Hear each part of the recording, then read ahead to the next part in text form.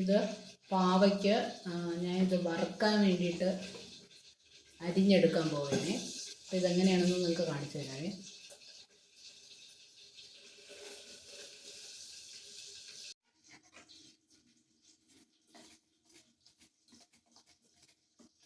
ഇതുപോലെ ഇങ്ങനെ അരിഞ്ഞെടുക്കണേ.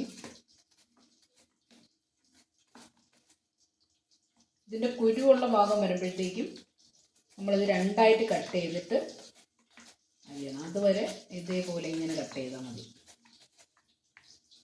മുറ്റിയ കുരുവൊക്കെ ആണെങ്കിൽ മാറ്റിയാൽ മതി. അല്ലെങ്കിൽ അതും കൂടെ ഈ മുറ്റാത്ത പിഞ്ചായിട്ടുള്ള കുരുവൊക്കെ ആണെങ്കിൽ വറുത്ത് കഴിക്കുന്നതും നല്ലതാണ്. ഇതിലിപ്പോൾ വലിയ മുറ്റിയ കുരുവൊന്നുമില്ല. പിന്നെ അത് എല്ലാം അരിഞ്ഞെടുക്കുന്നുണ്ടേ.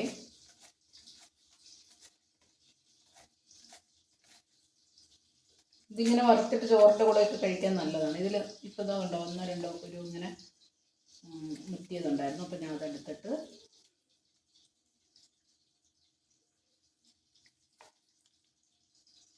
ബാക്കി അരിഞ്ഞെടുക്കാം.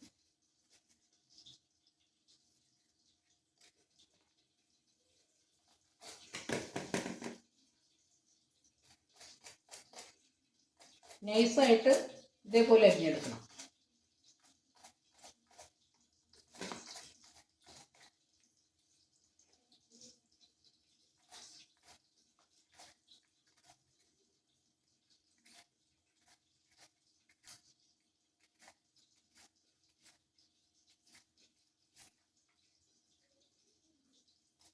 പാവയ്ക്ക വറുത്ത് കഴിക്കാനും എങ്ങനെ കഴിക്കാനും നല്ലതാണ്, ഇഷ്ടമാണ് എനിക്ക്. മെഴുക്ക് വരട്ടി ഉണ്ടാക്കും പാവയ്ക്ക. അത് ഞാൻ വേറെ ദിവസം കാണിച്ചു തരാവേ.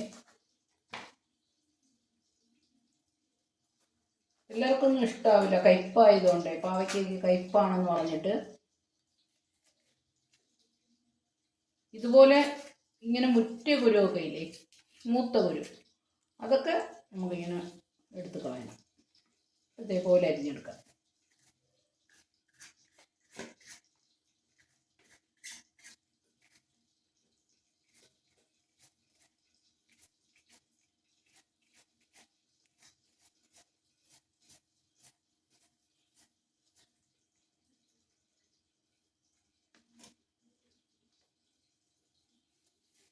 ഇതെല്ലാം കട്ട് ചെയ്തെടുത്തതിന് ശേഷം ഇതിൽ പച്ചമുളകും കൂടെ ഇങ്ങനെ ഇടുവേ. പച്ചമുളകും കൂടെ ഇട്ടിട്ടാണ് ഇത് വറുത്തെടുക്കുന്നത്.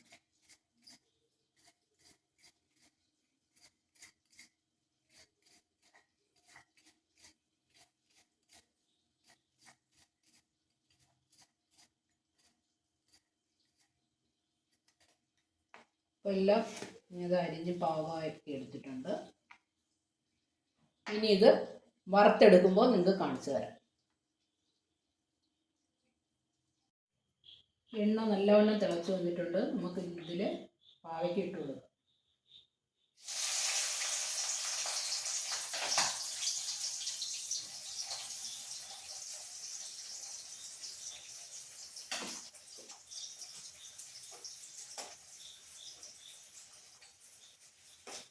എണ്ണയിൽ മുങ്ങി കിടക്കുന്ന രീതിയിൽ ഇട്ട് കൊടുക്കണേ.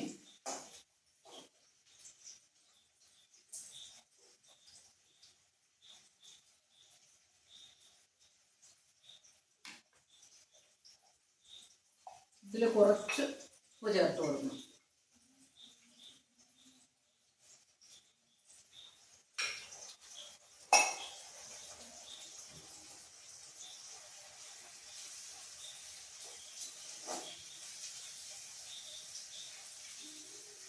ഇടയ്ക്കിടയ്ക്ക് ഇങ്ങനെ ഇളക്കി കൊടുക്കണേ.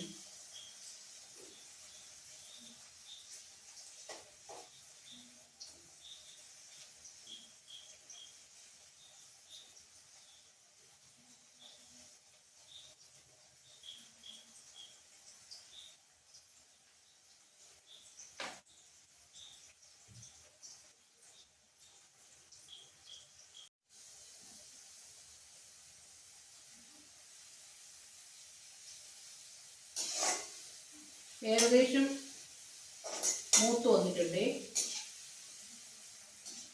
കുറച്ചുകൂടെ ശരിയാവാനുണ്ട്. വറുത്ത് കോരാനുള്ള പാകമായിട്ടില്ല. ഇടയ്ക്കിടയ്ക്ക് ഇതേപോലെ ഇങ്ങനെ ഇളക്കി കൊടുക്കണം. അപ്പോൾ എല്ലാ വശങ്ങളും മൂത്ത് വരും.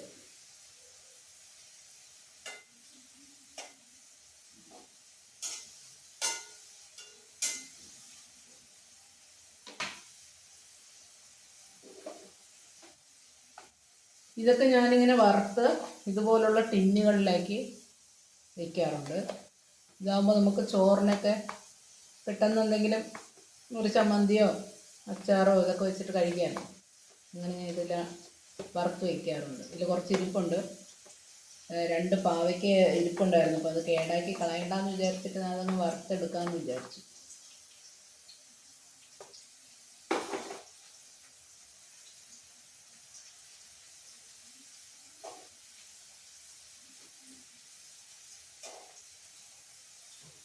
അത് വറുക്കുമ്പോൾ നിങ്ങൾക്കും കൂടെ കാണിച്ചു തരാം. നിങ്ങൾക്കും അതൊരു ഉപയോഗമാവട്ടെ എന്ന് വിചാരിച്ചിട്ടാണ് ഞാനിത് വറുത്തെടുക്കുന്നതൊക്കെ കാണിച്ചു തരുന്നത്. ഇതെല്ലാവർക്കും അറിയൊക്കെ ചെയ്യാം. ഇപ്പം ഞാൻ പറഞ്ഞു തന്നാലേ നിങ്ങൾക്ക് അറിയുള്ളൂ അങ്ങനെയൊന്നുമില്ല. ഞാൻ ചെയ്യുന്നത് നിങ്ങൾക്കും കൂടെ കാണിച്ചു തരുന്നതേ ഉള്ളൂ.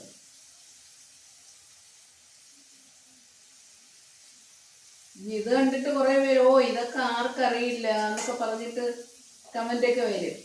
കമൻ്റൊക്കെ ഇടണേ, എനിക്ക് ഭയങ്കര ഇഷ്ടമാണ് കമൻ്റൊക്കെ വായിക്കാൻ.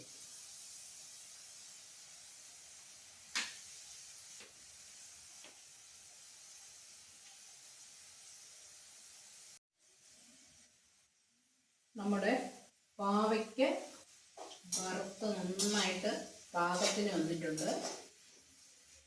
ഇത് നമുക്കിപ്പോൾ കോരിയെടുക്കാം.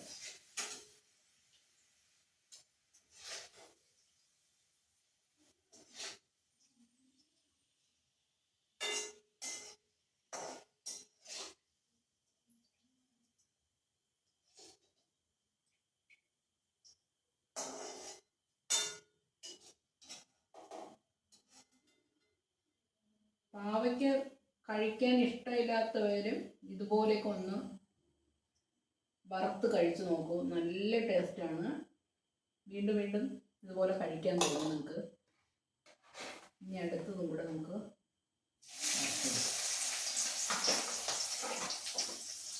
ഞാൻ പറഞ്ഞ പോലെ എണ്ണയിൽ മുങ്ങി നിൽക്കുന്ന രീതിയിൽ വേണം ഇതിടാൻ.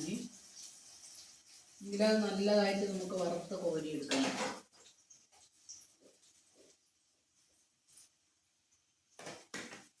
ഇതിനും കുറച്ച് ഉപ്പ് ചേർത്ത് കൊടുക്കും. നേരത്തെ നമ്മൾ ഉപ്പിട്ടത് കൊണ്ട് എണ്ണയിൽ കുറച്ച് ഉപ്പ് കാണും.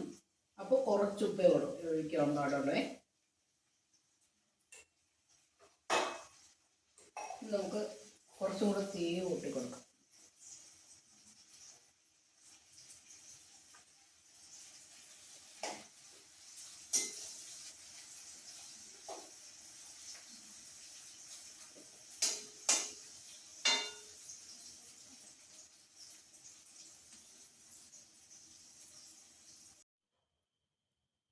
കൂട്ടുകാരെ, ഞാൻ ഈ പാവയ്ക്ക് എല്ലാം വറുത്തെടുത്തു. അതുണ്ടോ?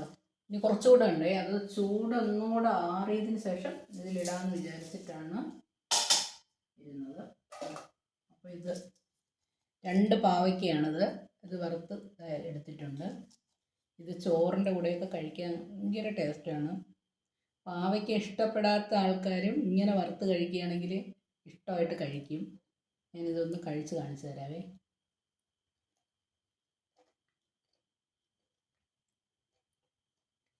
നല്ല ടേസ്റ്റാണ്, കയ്പ്പൊന്നുമില്ല. ഇതെല്ലാവർക്കും ഇഷ്ടമാവും. നമ്മളിങ്ങനെ ഒരെണ്ണം കഴിക്കുമ്പോൾ തന്നെ വീണ്ടും വീണ്ടും ഇത് കഴിക്കണമെന്ന് ഇങ്ങനെ തോന്നും. ഉണ്ടോ? അങ്ങനെ കടുകടാന്നിരിക്കുന്നുണ്ടോ? ഇതിങ്ങനെ കഴിക്കാം, നല്ല ടേസ്റ്റോടുകൂടി കഴിക്കാം. ഇത് നിങ്ങളൊക്കെ ഇതുപോലെ ഒന്ന് വറുത്തൊക്കെ കഴിച്ച് നോക്കൂ. അപ്പോൾ പാവയ്ക്ക കൊണ്ടുള്ള കുറേ ഇതുണ്ട്. മെഴുക്ക് വരട്ടി, അങ്ങനെ പല പല കറികളൊക്കെ ഉണ്ടാക്കാൻ പറ്റും. അപ്പോൾ അതൊക്കെ ഞാൻ നിങ്ങൾക്ക് കാണിച്ചു തരാവേ. ഇനി വരും ദിവസങ്ങളിൽ കാണിച്ചു തരാം കേട്ടോ. അപ്പോൾ എല്ലാവർക്കും ടാറ്റാ, ബൈ ബൈ.